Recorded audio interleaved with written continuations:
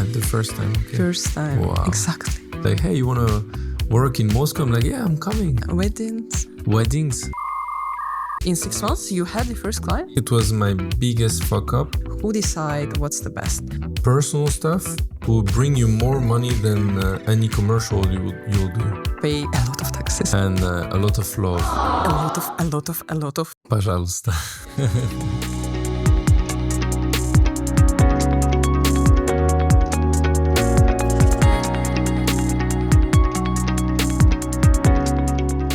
Привет, меня зовут Алена, я продюсер, я веду телеграм-канал Production Stuff, и также иногда я провожу эфиры, подкасты и интервью интересных людей.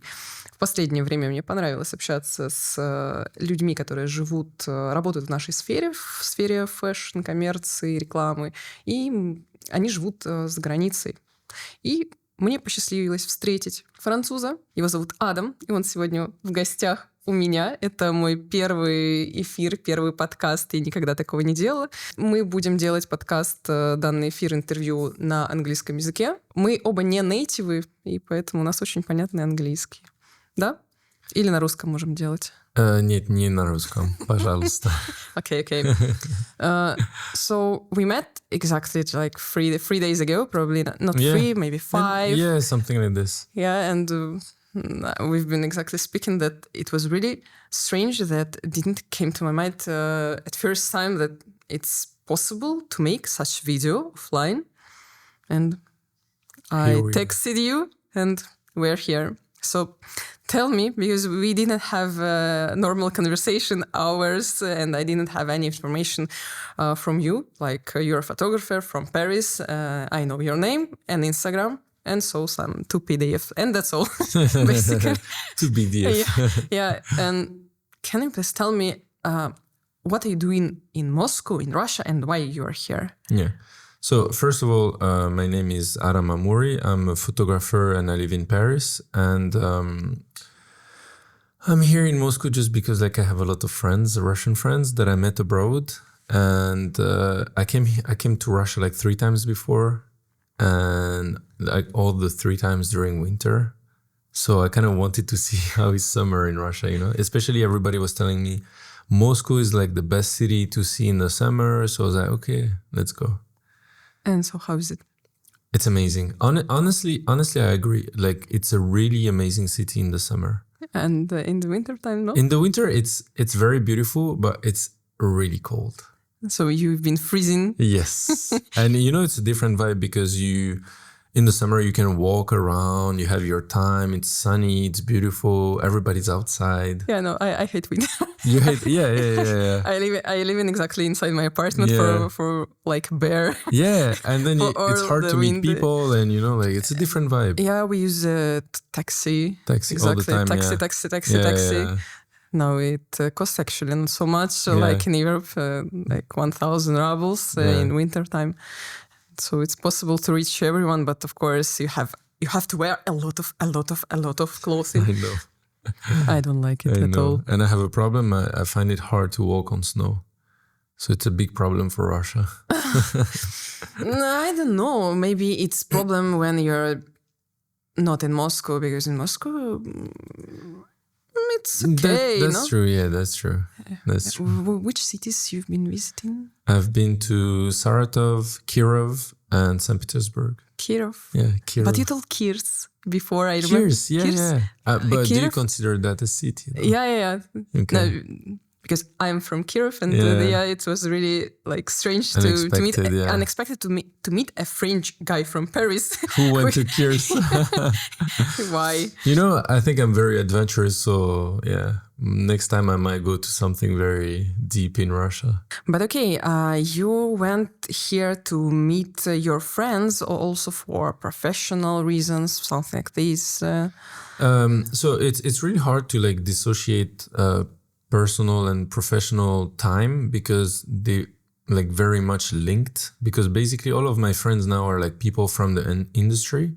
A lot of people that surrounds me now, and I can call even friends, they are from my industry. Yeah. Because when you love your work, love what you're doing, all people around mostly do the same because you meet, you work. Yeah. So that's why, like, I think the wall is really thin, if there is a wall at all. No, of course we have friends out of our industry. Yeah, of course, yeah. But sometimes it's hard to relate because, like, for example, I have friends in the south of France, but they have like stable jobs, a family, a house, like they don't travel much. So it's like, I don't know, it's always a different lifestyle, it's hard to relate sometimes. Hard to understand. Yeah. Even frankly speaking, even to salaries, rates, and usually in fashion, we earn more. Yeah.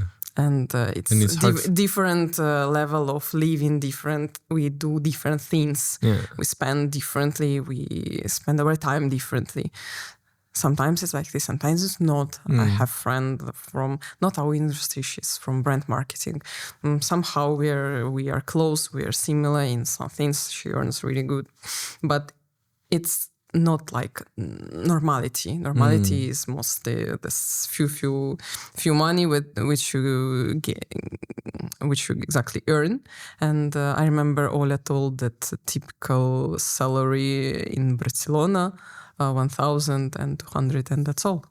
And before with you told that rates for photographers in Paris from 2,500 at least. Yeah, that's like the very, very, very minimum. Very cheap. Yeah, cheap that's like on the cheap side, yeah. We are also very free in the sense like if I need to go on a coffee meeting with like a producer, for example, on a Monday at 3 p.m., I can do this, but my friends at work, they can't do this. So understandable. Yeah. Sometimes you call them and you're like, hey, what do you do today? I'm working, like every day. Like normal people. Yeah. So why that's you why are not? I think that's why like we kind of tend to like stay together a bit because we're free at the same time. We kind of relate to the same things and everything. No, it's normal. Yeah. You came here to meet also new people from industry and also maybe to work. I searching maybe an opportunities to maybe make flights, work, to have contacts in productions, to work in Moscow also. But here it's not like this. I don't know if someone can afford also pay for tickets. Yeah. Because I understand. Here rates are lower, much lower, and. But are searching for such opportunities or not? Yes, because I believe that like opportunities are not tied to one place. For example, I can meet you. I don't know. I can meet you in Vladivostok, and the next month you have a production in Paris. For example, I can meet you in Brazil, and then you have a production in Barcelona.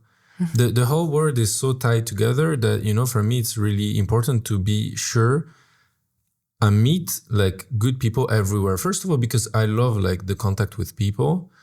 I'm very open and social, so it feels good to me. And second of all, if we can help each other to grow professionally, that's like the best thing, I think. So for me, it doesn't mean like, I've met a model agent on the bus that took me to Russia. And that's like the most random thing because you're like, I spoke to two persons and both of them, they were working in fashion. And I'm like, and I don't know. Yeah, it's a sign. I don't know if this is going to translate to work, but I'm very happy that I met these people, because it's like, you always have a topic to discuss. You always have similar things, and that's also interesting. Yeah. So, yes, I'm here to meet friends, meet people for work. If I get work here, it will be amazing. If I get work in Paris, it will be amazing as well. I'm always in for a trip. So if someone calls me like, hey, you want to work in Moscow? I'm like, yeah, I'm coming, Even for lower rate. Well, this has to be discussed, but, we'll see. Okay, good. Yeah. But by the way, for how long you are doing photography? In November, it will be 8 years. You started like a photographer, freelancer, like portrait. How you started? So I started taking photos of my friends who were all models. And because I was also working as a model just before, like I did like full, like 3 years modeling just before that.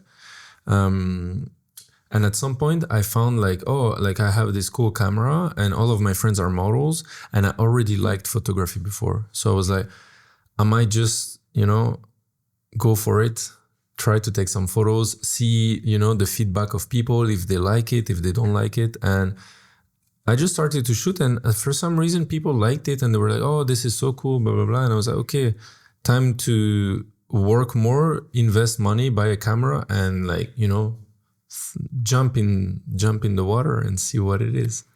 And your first commercial client, who it was?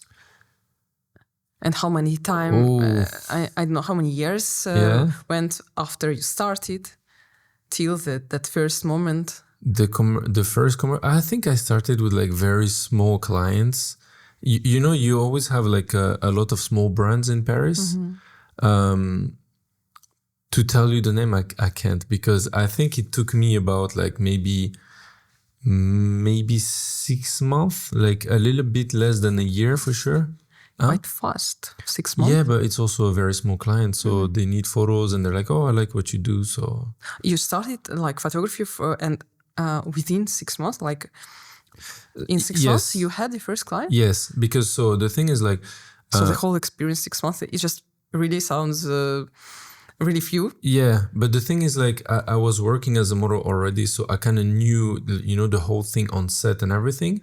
And before that, I was already like taking photos, experiencing Photoshop and everything. So when I started, it doesn't feel like I started from zero. Mm-hmm. It's like, because, 3 years modeling, I always looked what the photographers were doing, like how they work, how they, they speak to clients and everything. So the moment I got there, my work was not the best, of course, but it doesn't feel like I started from zero and like, I'm like navigating around. I don't know what to do. I don't know what it is. So if people texted me like, hey, like, can you do a lookbook? I'm like, I know exactly what this is. Yeah, I understand, because you've been exactly inside. I've been inside the whole thing. So it's much easier. It didn't took me very long, to be honest, but it was not like a big clients like a L'Oreal or something like this. But something for a clothing brand? It was, so my friend had a friend who had a lingerie brand. Mm-hmm. She was from Holland, Netherlands. And she just came to Paris and she was like, yeah, I need a photographer. And I was like, so I'm here. You didn't study any photography? No. Courses, nothing. So that's a funny story. Like, I kind of was afraid that the teacher will actually, reset the way I see things or the way I want to do things.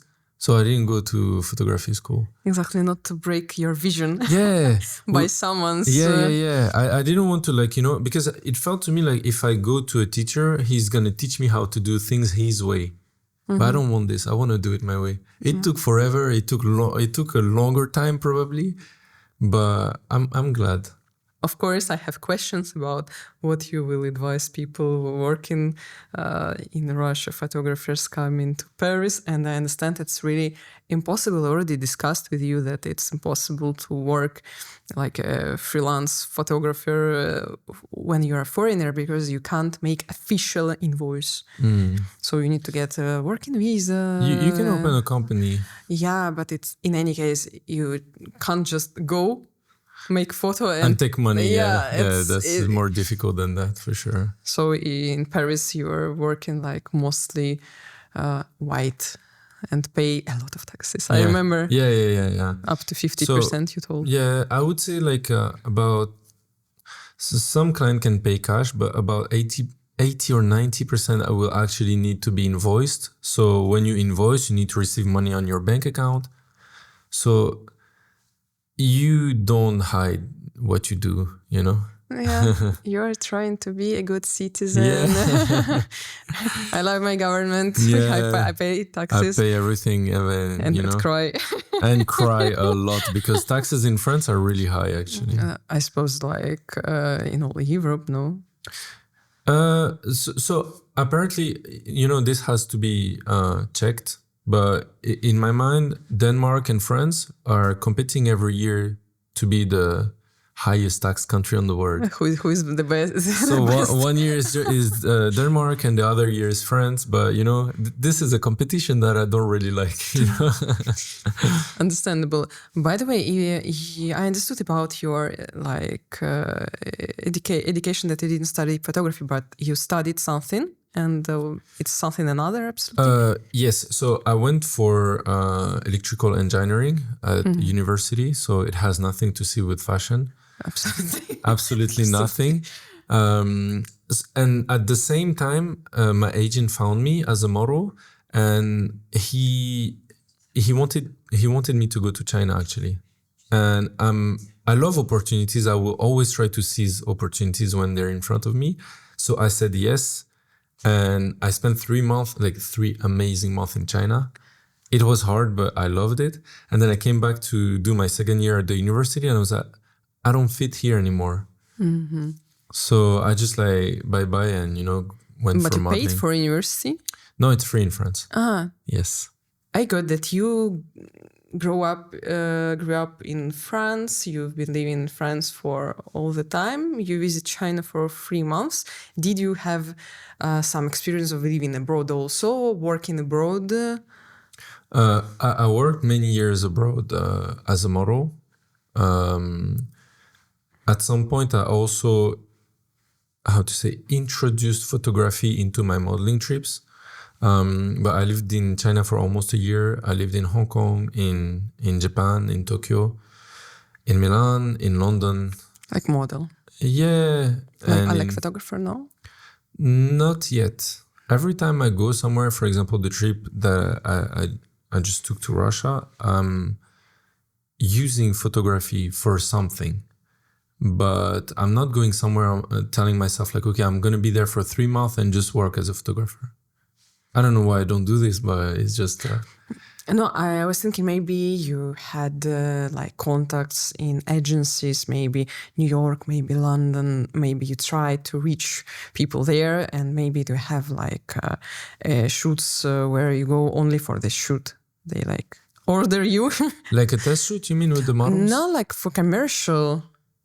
We exactly discussed with you, even if someone in Russia, like brand, will pay you to come. The same, not to Russia, but other countries. This happened, yeah. I work in Milan, I worked in Japan and in China lately. But for example, America, I don't want to risk it because, you know, like you need like a visa and they're kind of more serious on this. So. And Japan clients, they order you for... So my biggest client in Japan was actually Chinese. So yeah, they flew me to Japan to make me work. And yeah, I've been to Japan like last year 6 times. Okay, I got about your experience working abroad, but wanted exactly to switch a bit to the topic of the professional way of photographer and self-development. In Russia, it's considered that photographers should do like 3 things. Shootings for fashion magazines, like to have a good portfolio also for people to know you, to meet people and so on. It's not highly paid at all. To make personal projects, exactly, to try new things, to have a good portfolio. But you have, of course, you have to pay for some by things. Yourself, yeah. And also to make commercial shoots to pay for this. To pay for everything, yeah. And is it same? It's the same, literally the same. Tell me a little bit about your experience with fashion magazines. When did you start it? And also about personal projects. I did my first, as a producer, I'm not a photographer, so I did my first project like in fashion. And it's my Really, after so many years of working only commercial, I did personal project once. The first time, okay. First time, Wow. exactly. Wow. And that's why I'm like, I didn't see myself in this making personal project because I didn't understood the aim. I've been thinking that it's only for like creatives, not for people like me. Yeah, but I think it's very important. I invest a crazy amount of time and money into doing personal projects because in Paris, I think it works a little bit the same throughout the whole world. Like you need like magazines, personal projects, and commercial in order to have the full like the full circle in order to be able to live and to translate your mind into something good that will please more people and will bring more commercial, for example. But I would argue that in Paris, personal stuff will bring you more money than any commercial you'll do. How it's possible? In Paris, they want to see you as an artist. They want to see what's in your mind, what you're capable of doing. They don't want to see this commercial you did for Sephora because they can find so many people who can do this because, this brand needs this light and they have the same assistant all the time. They kind of repeat the same thing. But when they see your personal work, this is only you. It's only about you. So, of course, if you shot like the campaign of Dior with Bella Hadid and it's everywhere, of course, it's amazing, right? But you still have a lot of chances only with your personal projects. How much time, money you invest in this? I mean, for example, you make a personal project once a month or once in 2 months. How it's organized? I mean, you have a producer also, or you do it by yourself? Who pays for everything, or you share? How it's working? I heard that it's not the same depending on the country, but in France, a photographer pays for everything. Really? Yes. So you have to pay for the studio, you have to pay for the team's food, the transportation. The team works for money? It depends. It depends if you, for example, if you think like this makeup artist, I need it so much and he's going to do or she's going to do like the best job. Maybe he doesn't do a personal project because he's reached like, I don't know, some people have 40 years careers already. They don't need to do this anymore. It's expected for the whole team to come for free, for sure. And I have some periods where I don't do any personal work at all. And then I have like, let's say, I don't know, like 3-6 months and I do this like 2-3 per month. I just like go on like hard. How much in general, something minimum, maximum on a personal project? Yeah. I try to be on the lower side. Like for example, you can expect to be around anywhere from 500 to 1,000 euros for a personal project. 500 and 1,000 euros. 9,000 euros. No, 1,000. 1,000. Yeah. It's little, yeah. But you usually don't need to pay much. Like usually studio, the food for everyone, some renting stuff.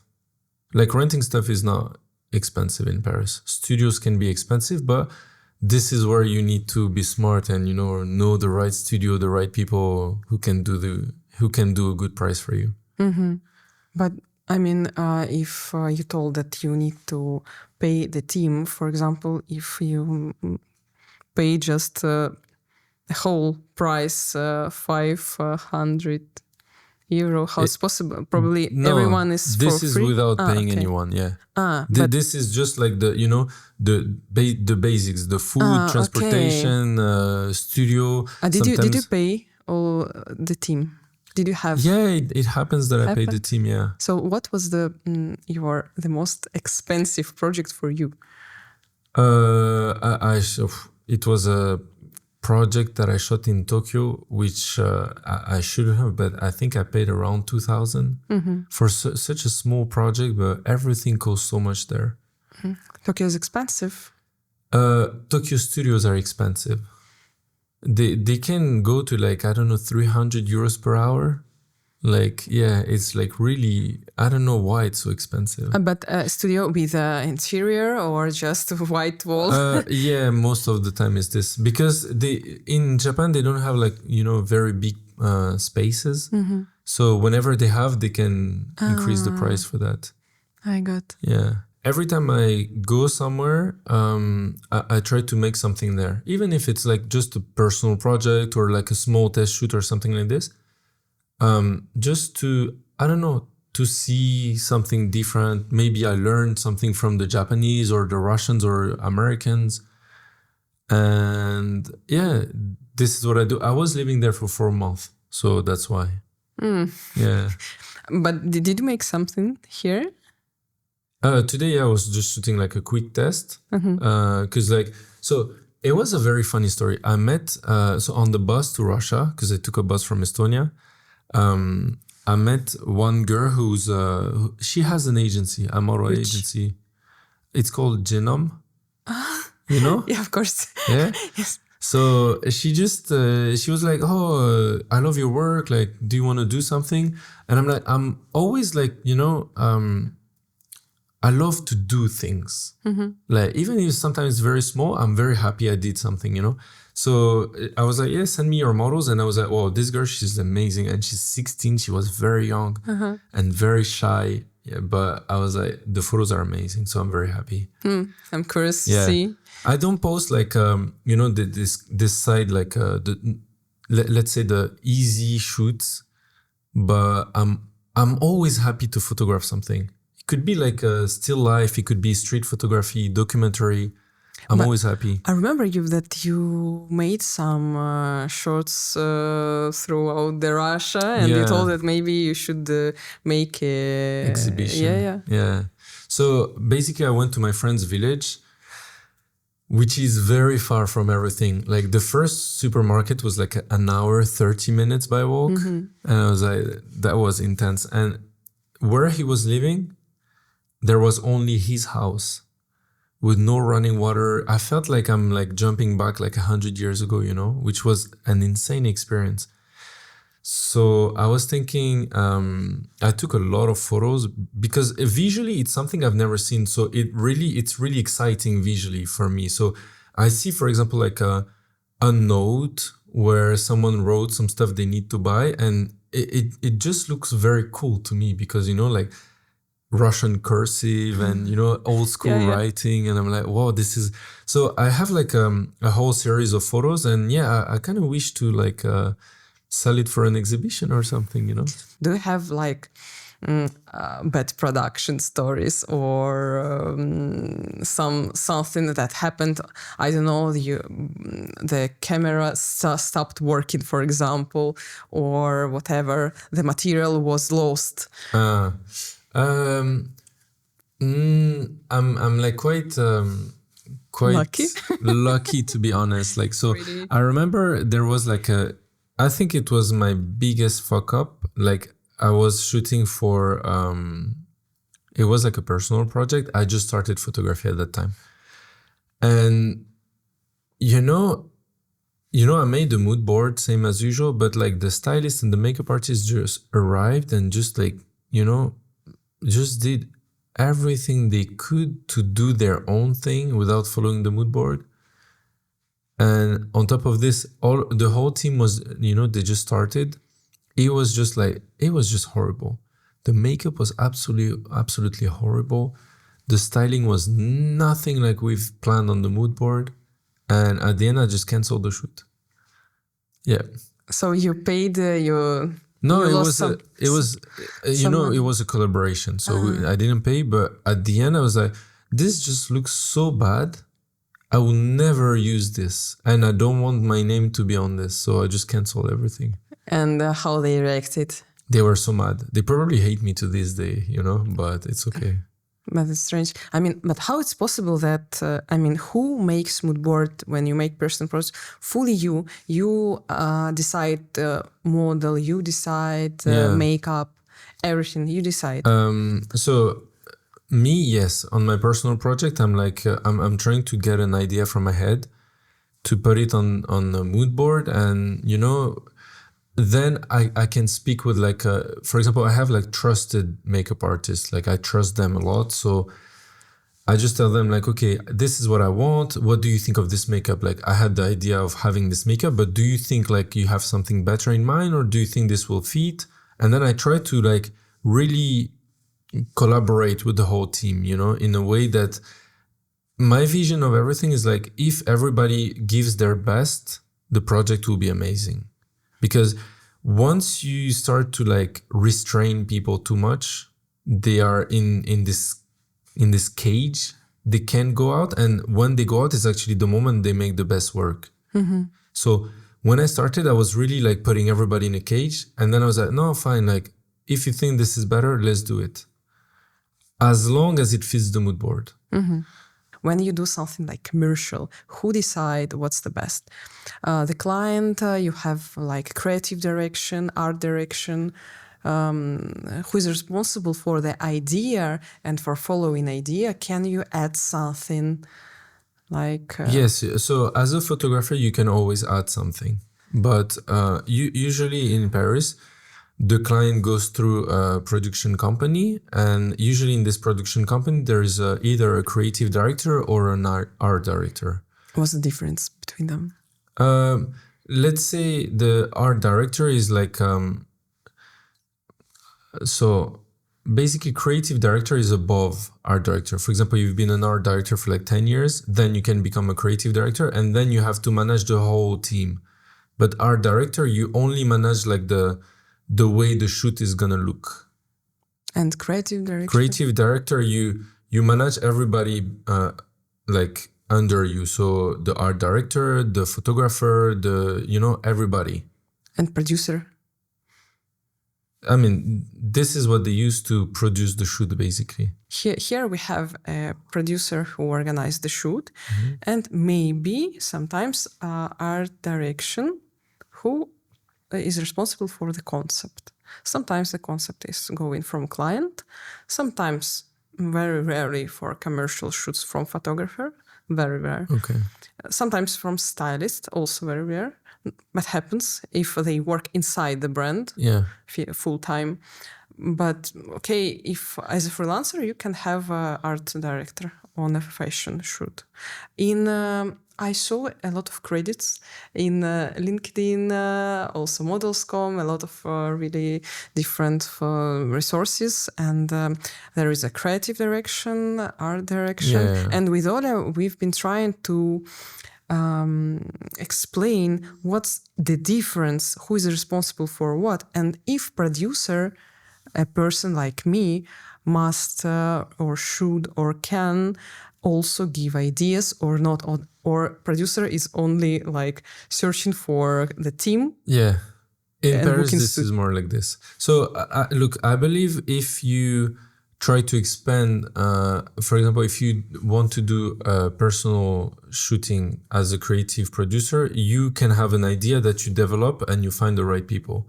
But in Paris for commercial, because we were talking about commercials, usually you have like, everybody has a distinct place. For example, our director chooses that we're going to shoot on a blue background and a red bottle and a pink hat, for example. And then you have like the producer has another place. The producer has to make sure the studio is booked, that all the models are booked, that the person who's doing the casting is doing the casting correctly. He's like managing that the shoot is coming together in a nice way. Mm-hmm. And then you have like the creative producer is like on producer top of everyone. Or director? Creative producer or creative? Creative director, sorry. Mm-hmm. He's like above everyone, making sure the whole thing happens. Interesting. Yeah. No, I'm still trying to apply this on my reality and still trying to understand who is this person, or it can work inside like production or how it's working. Because for me, it's really looks similar.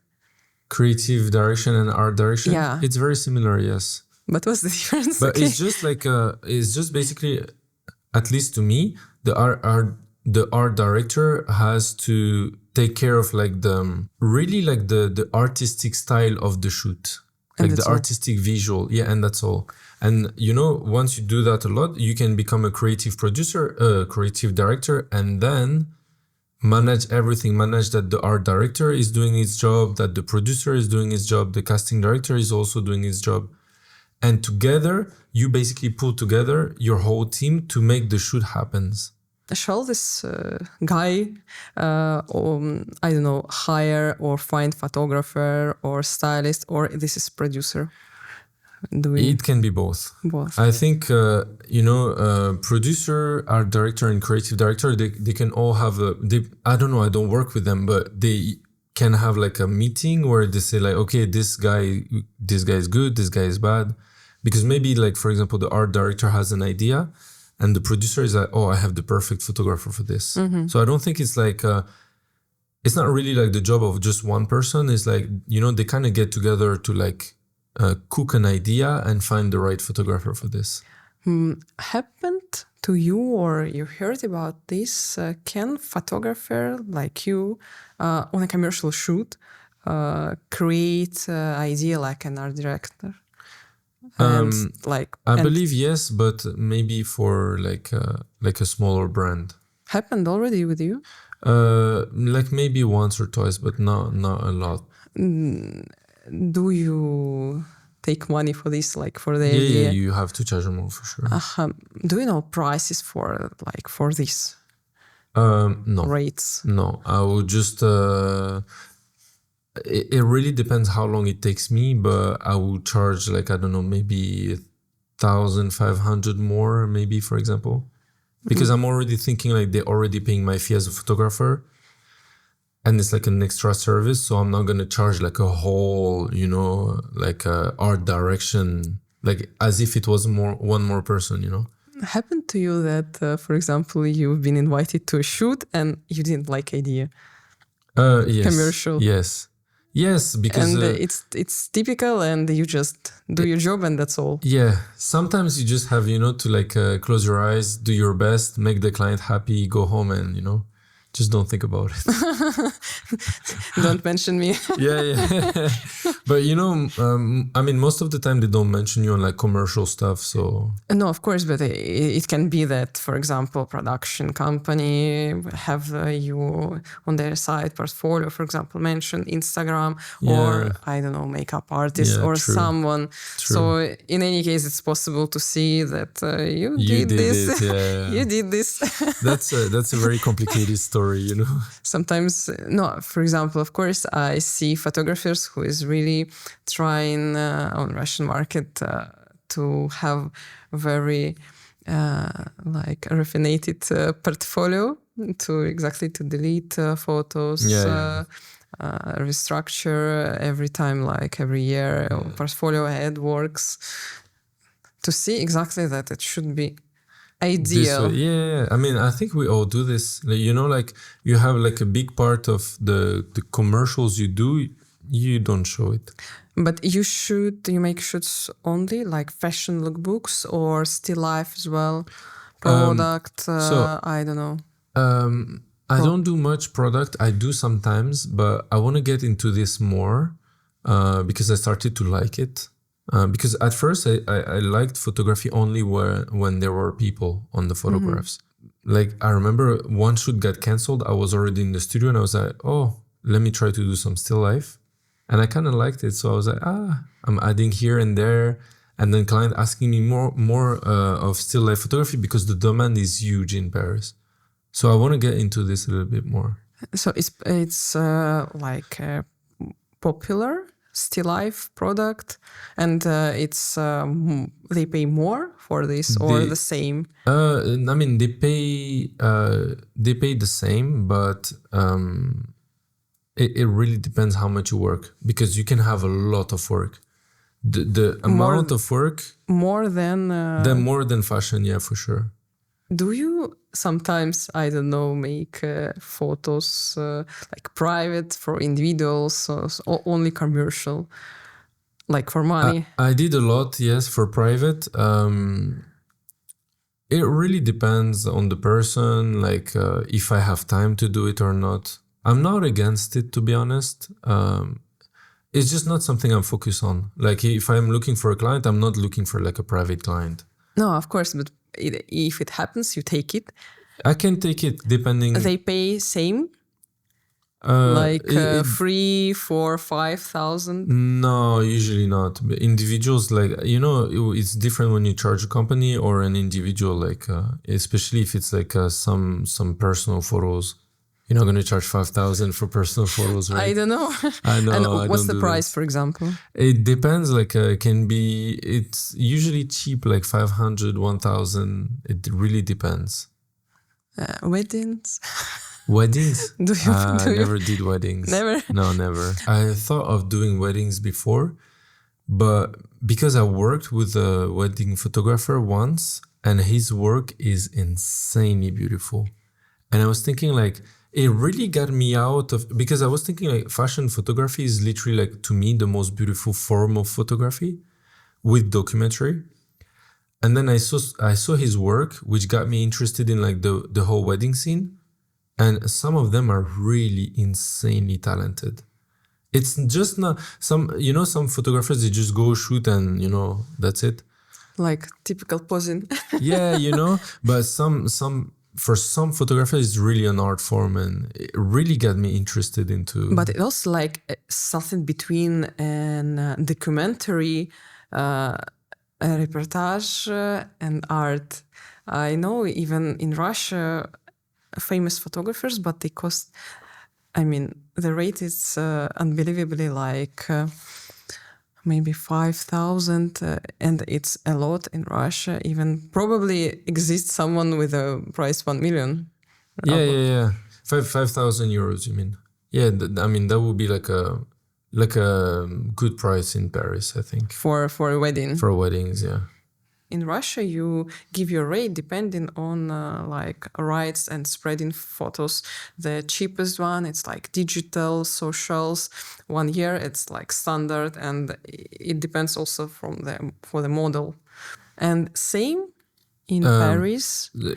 So staying between 3,500 and let's say 5,500 or like whatever is your price. So usually it doesn't include retouching. It doesn't include rights. And for rights, for example, for socials, for internet, you pay something. Yes, it really depends. To me, I tend not to really care if it's like for Instagram, socials for like a year. I'm like, fine, But if it's to me, the most important should be print, because if it's printed, it means, there is like more budget and everything. So they basically have to pay more. What's the maximum amount of money they paid you for the project? For one project, I got like 30K. 30,000? Yeah, it was a job like basically the day rate was like, I think like 4,000, something like this. And the rest was just rights. Ah, right. Yeah. This is, so they always do like this, day rate and then right. Mm-hmm. And right depends on the usage. And the cool thing is rights, everything that's about like, what do you call that? Like image or musical rights, they always tax way less in France. Mm-hmm. So you get taxed a lot on your day rate, but then the rest is like, it's okay, you can keep a bit more. I'm still not there, but once you reach like these top photographers, yeah, there is no ceiling. You can take a job for like 300K. It's all right. And you will still probably do like 5,000 per day, like 295. Next question, for... Are you single?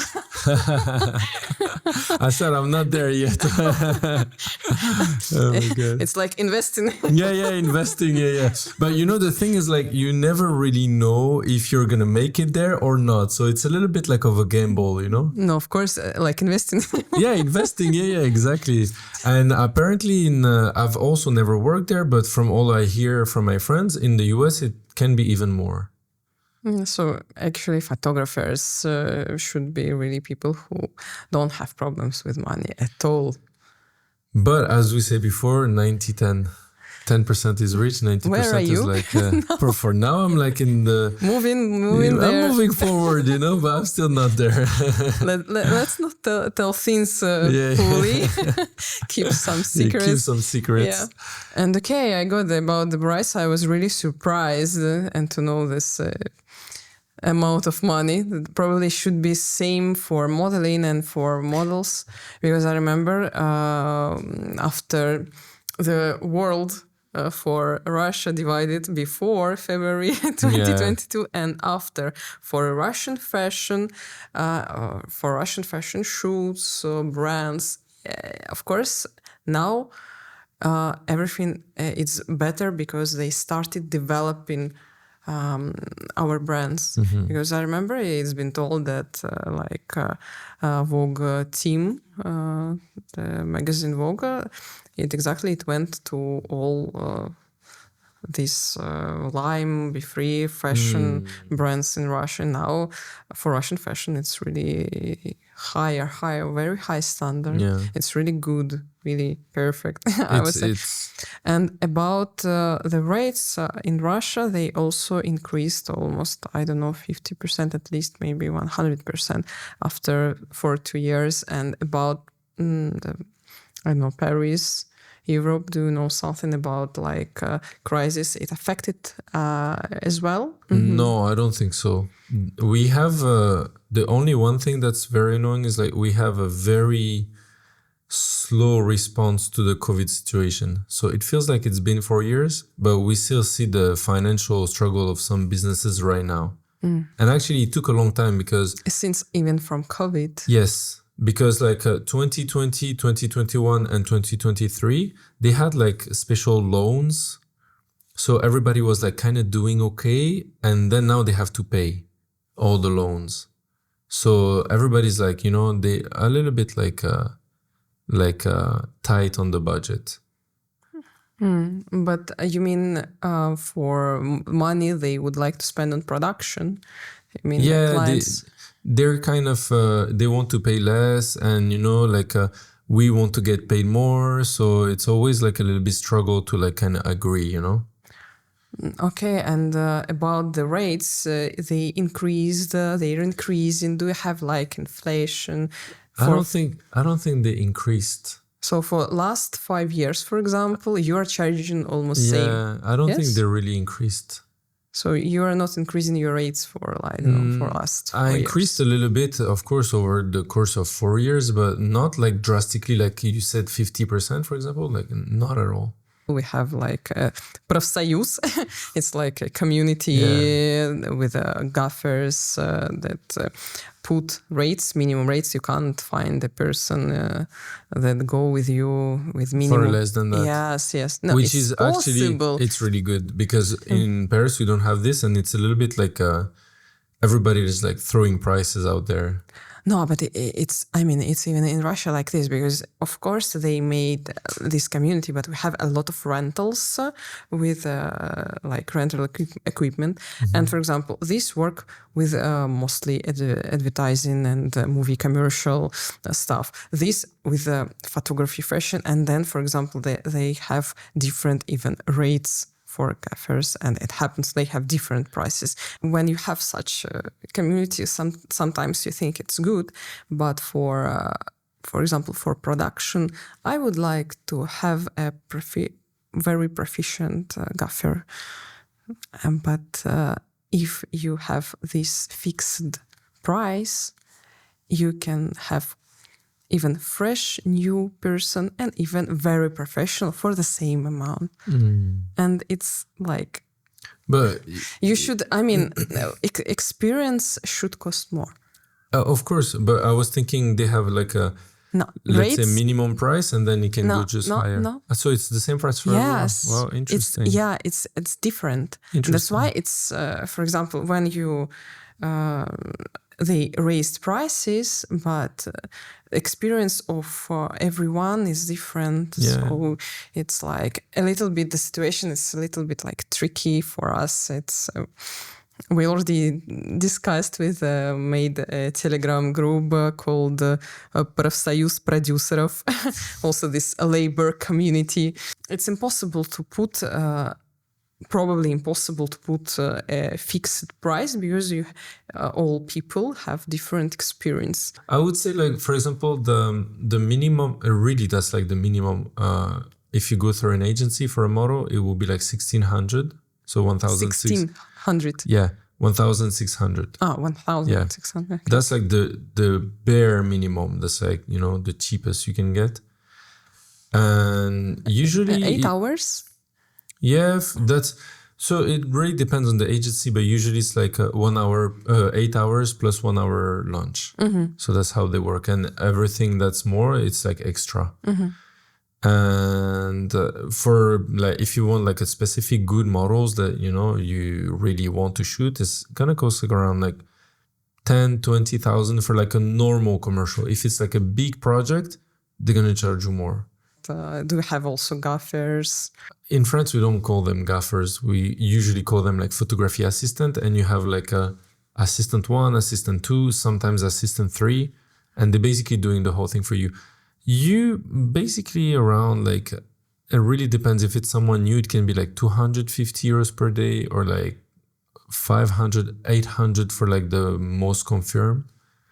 And then for hair and makeup, I believe it's around, let's say, from 500 to like 1,500 per day. So 500 to 1,500 per day. So the most expensive is, of course, photographer, because Yeah. I see the difference between the rate, the daily rate of photographer and other team, and I see how it's very, very imbalanced. It's imbalanced for sure. Good but, job. You know, they say that the photographer and the stylist are like, and the art director are like the biggest how person. much stylist? Oh, so I was thinking they're getting like, I don't know, depends, like 1,000, 2,000, but I've seen some pretty insane rate. I've seen like 18,000 for a single job for a stylist. 18,000. I'm like, I didn't know they get paid that much, but apparently they do. But I don't know, it was like one shoot, typical day? No, it was a campaign. 1 day campaign? 1 day campaign, yeah. With how many models? Oh, that's a good question. I was in option for this job, but they didn't book me. Because it's, of course, it's interesting if you have to make a campaign and a lot of models, a lot of options to try to close in before counts. And also I remember there are some days you count when you work in Dubai. Also, it's called prep day. Prep day, yeah. Yeah, prep day. So you your rate, it's calculated like prep day, amount of prep days, the cost per prep day, the cost of working day, and also you have like a budget for clothing. I don't know, by the way, is it typical that that stylist can use his own like resources, money to prepare the shoot?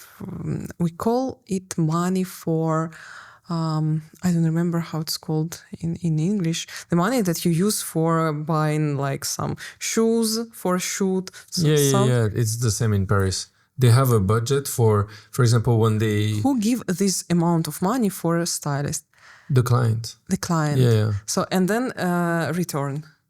Stylist return. It depends. So, some things they're gonna return, but some things, for example, I don't know, for whatever reason, like the model is going to drop coffee on the t-shirt, you can't return it. Like shoes, you can't return it. So they have like I don't know, let's say if they get paid like 10,000, they probably have something like 2,000 for stuff that's going to mess up.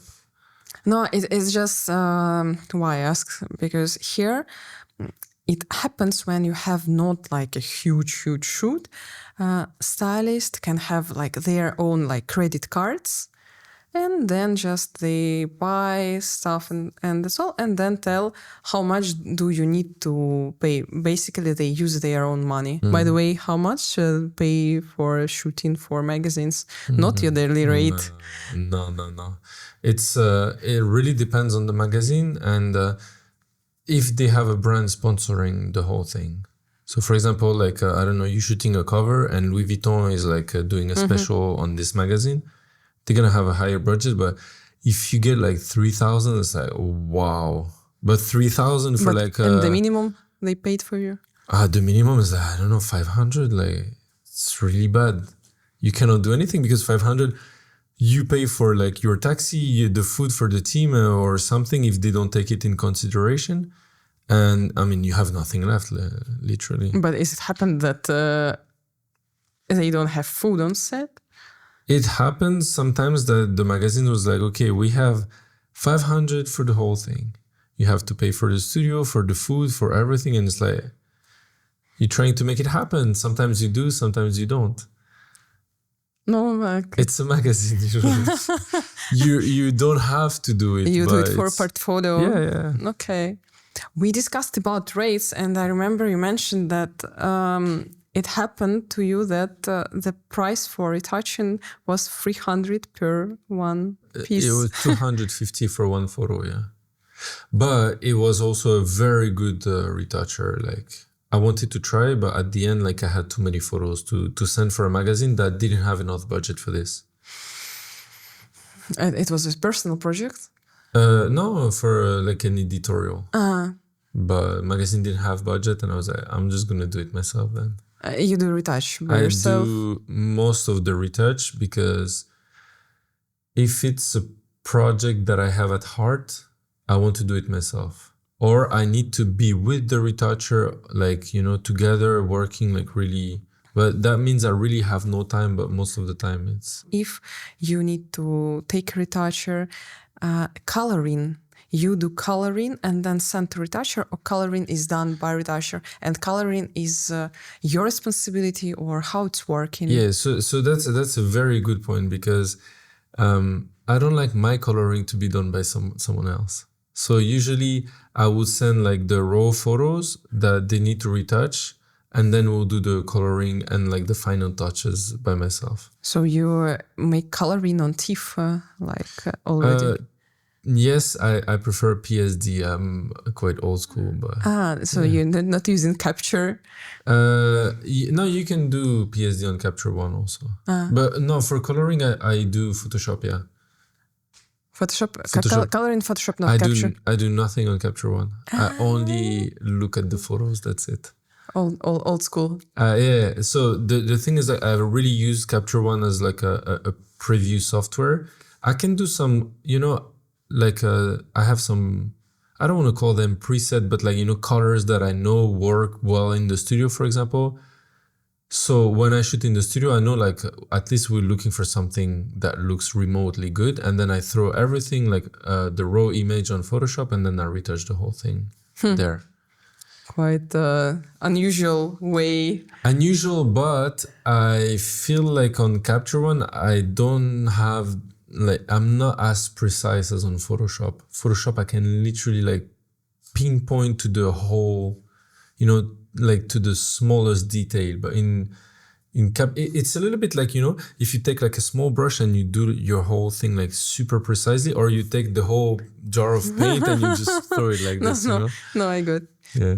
So, you know, I got about coloring. It's exactly interesting. Was interesting for me about also prices and this point about who is responsible for coloring, because mostly photographer is taken for his portfolio, and coloring is, I don't know, it's very important and it's impossible, I think, like to take a photographer and to retouch photos without his coloring, because it's exactly why this photographer was ordered, hired. Yeah.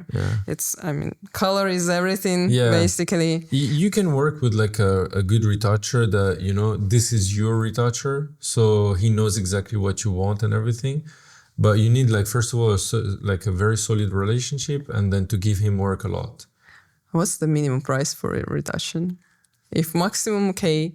It depends because, I guess you're asking for the minimum price in France. But we also work with like people from Russia, Ukraine, Kazakhstan, Colombia. You have Russian retouchers? I sent like to Ukrainian and Russian before, yes. Because obviously it's much cheaper, Yeah.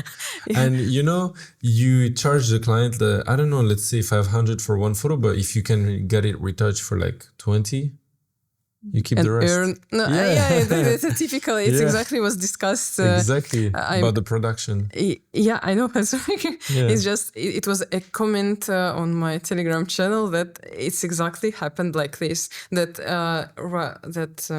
production companies sells the retouching for European clients for this price, and then retouch for this price, and this take and earn.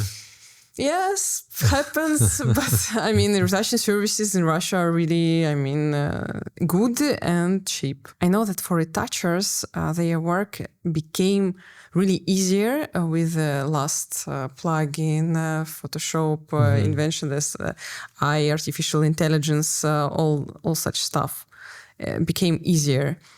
Also, I can't imagine photographers now working without and retouchers without all such, software. Mm-hmm. And do you think it's possible to draw photos with the eye, not hire photographers? Yes, I know it's already been done. For example, for everything that's like e-commerce, some e-commerce brand, they already shoot like this. So they have like a way, I don't know how it's done exactly, but they have a way to, photograph the model through all angles and then just, AI some clothes, like the clothes from the brand on her. So I don't know how it works, but I think it will replace photographers for all the jobs we already don't really want to do. Like, the very repetitive catalogs and stuff like this. In a way, it's not that bad, maybe. I don't know. It's going to take some jobs from us, but it's a job that, it's really annoying to do. But like some artistic thing that you do, like campaign. Yes, you can. So the thing is like, I can see a big difference between like an AI image and a real photo. You can Photoshop it to make it look good, but to me, it really jumps to my eye. I'm like, oh, this is AI, and it just looks very different. It looks unnatural for some reason. But I think also that it looks unnatural for you, but not like to the final customer. Of course. Yeah. That's true. This is really true. But then it really depends also because, like, for example, depending on the brand, they want something different. For example, why do brands going to pay Ronaldo like 30 million for a campaign? Because it's him, So are you going to really try to recreate Ronaldo? Because the purpose is to have his face with your watch, for example. But you don't need to do this through AI because like you can just go and take a photo because this is him you need. Do you know what I mean? Yeah? No, I got. So yes, it's going to replace photographer for so many things, but I believe that, like a deep art, it's going to be really hard to replace. We will always have our job and be highly paid. I hope so. I wish everybody in the industry to, really work hard and make it because I know it's really hard for everyone, and I really wish everyone to have the patience because if you work hard for a very long time, at some point it's gonna arrive. Money, success. A lot of money, a lot of success. And a lot of love. That's all I'm wishing. Love for money. I think we finished our small interview. Amazing. Thank you for your time. It was really interesting. Thank you for having me.